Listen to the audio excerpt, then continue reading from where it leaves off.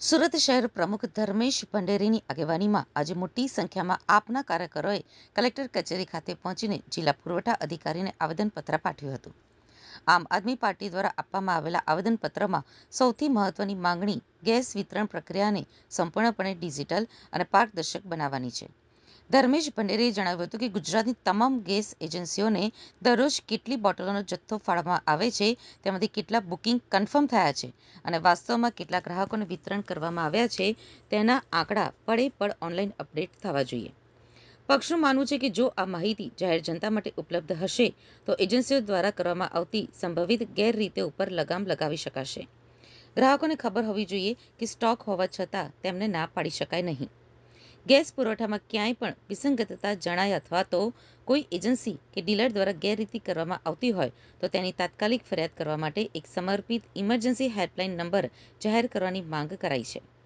ધર્મેશ ભંડેરીની ચેતવણી આપતા કહ્યું હતું કે માત્ર હેલ્પલાઇન શરૂ કરવાથી ચાલશે નહીં, પરંતુ તેના ઉપર આવતી ફરિયાદોનો નિકાલ 24 કલાકમાં થવો જોઈએ. જે લોકો રાષ્ટ્રીય સંકટના સમયે ગેસની કાળાબજારી કરી સામાન્ય લોકોના ખિસ્સા ખંખેરે છે તેમની સામે કડક ફોજદારી કાર્યવાહી થવી જોઈએ અને તેમને મસમોટો દંડ ફટકારીને સમાજમાં દાખલો બેસાડવો જોઈએ. દેશની અંદર એક રાષ્ટ્રીય સંકટ ઊભું થયું છે.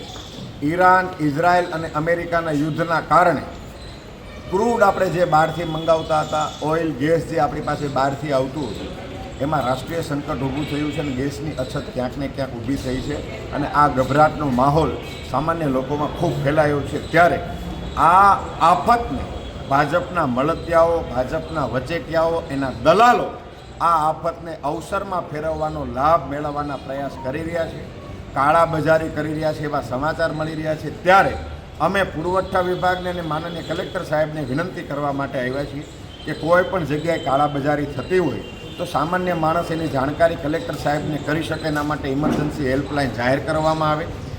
ગેસની રોજના માટે કેટલી એજન્સીઓને કેટલી બોટલો આપવામાં આવી રહી છે એના ઓનલાઈન ડેટા જાહેર કરવામાં આવે.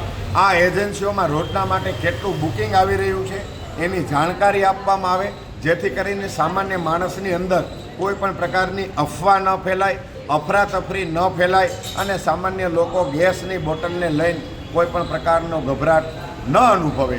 તેમજ સુરત જિલ્લાની અંદર ચાલતા અનાથાલયો, આશ્રમો કે સેવાવ્રત ચાલતા હોય અને એ જગ્યાએ પણ ગેસની કોઈ પણ પ્રકારની અછત ઊભી ન થાય એ પ્રકારની તમામ વ્યવસ્થા માનનીય કલેક્ટર સાહેબ કરે એ માંગણી સાથે આજે સુરત શહેરની સમગ્ર ટીમ કલેક્ટર સાહેબને આવેદન આપવા માટે